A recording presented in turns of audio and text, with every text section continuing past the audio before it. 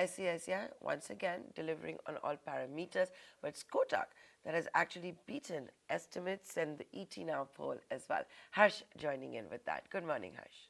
Well, good morning. Largely in-line set of numbers from ICICI. Let's look at what brokerages have to say.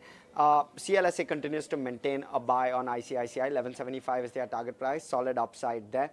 What they're suggesting is that results keep getting better each time we are looking at them as each quarter passes.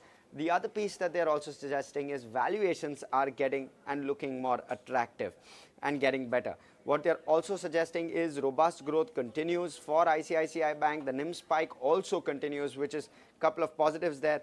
And operating profit has jumped, which is also a definite positive. In terms of what Jefferies looks at ICICI Bank at, as they're given a target price of 1150 a share, the NIM expansion is what is leading to NII growth. And of course, the loan book expansion as well. The fee drag, they believe, is partly reflected of the change in approach that ICICI Bank is adopting. Asset quality is strong and conservative provisioning is a positive. They're raising earnings estimates by 5 to 7% going forward. Bernstein also has a buy target price. In fact, at 1,000 rupees a share, they're saying that the margin expansion is what is leading to the beat in earnings, at least for them. There is a moderation in expense growth that has happened, which is a positive. They're expecting to continue to see healthy credit growth going forward and sharp margin expansion going forward as well. So a healthy set of numbers is how Bernstein summarizes ICICI Bank. Let's quickly go in and have a listen in on what the management of ICICI Bank had to say.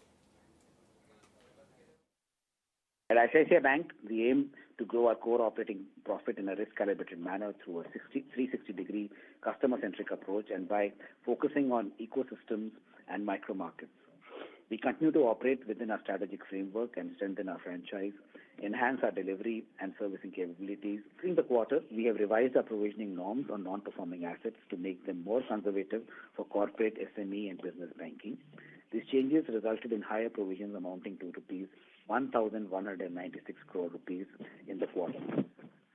Going forward, we will continue to operate within our strategic framework while focusing on micro markets and ecosystems.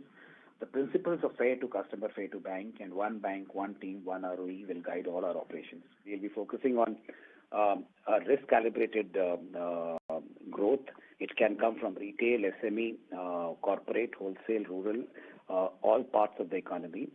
Yes, SME being a little, has been growing at a much more healthier pace at this point of time, which is sort of a fact. In fact, during the quarter, our SME portfolio grew by about 25% and our business banking grew by 37.9% year on year. Well, yes, we'll go straight to Kotak here. What Jeffrey suggests is they've maintained a buy of 2470 a share. They believe that Kotak has ticked most boxes on the earnings front, so definitely a positive. Strong loan growth is led largely by unsecured as they continue to expand that unsecured pie. They're expecting growth in savings account going forward, but it's disappointing this time around. They've raised their earnings estimate by around 3 to 7%. Valuations is, of course, at a premium to peers. CLSA also maintains an outperform, target price 2,080 a share. They believe that valuations are finally getting a little bit reasonable. Retail deposit accretion has happened. Growth is robust and they're expecting 20% plus loan growth CAGR going forward, and higher OPEX and investment is set to continue. ICICI Direct also has a buy with a target price of 2,450. So definitely giving Kotak a thumbs up. Let's quickly listen in to what the management had to say on the results.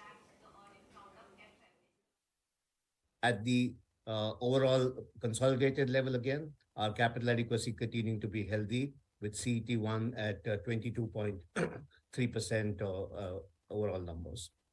Our ROA continued to be at 2.7% if I take this quarter and annualize it. The book value per share at 540 overall. And the subsidiaries, we've seen the two NBFCs, which is KMP, growing its vehicle finance business 24% on a YOY basis, whereas the Kotak Mahindra Investments saw a sharp tick in this quarter with the advances going up about 16% on a quarter-on-quarter basis. Both the entities having curtailed NPAs as well as pretty decent capital adequacy at 30% or thereabouts for both of them.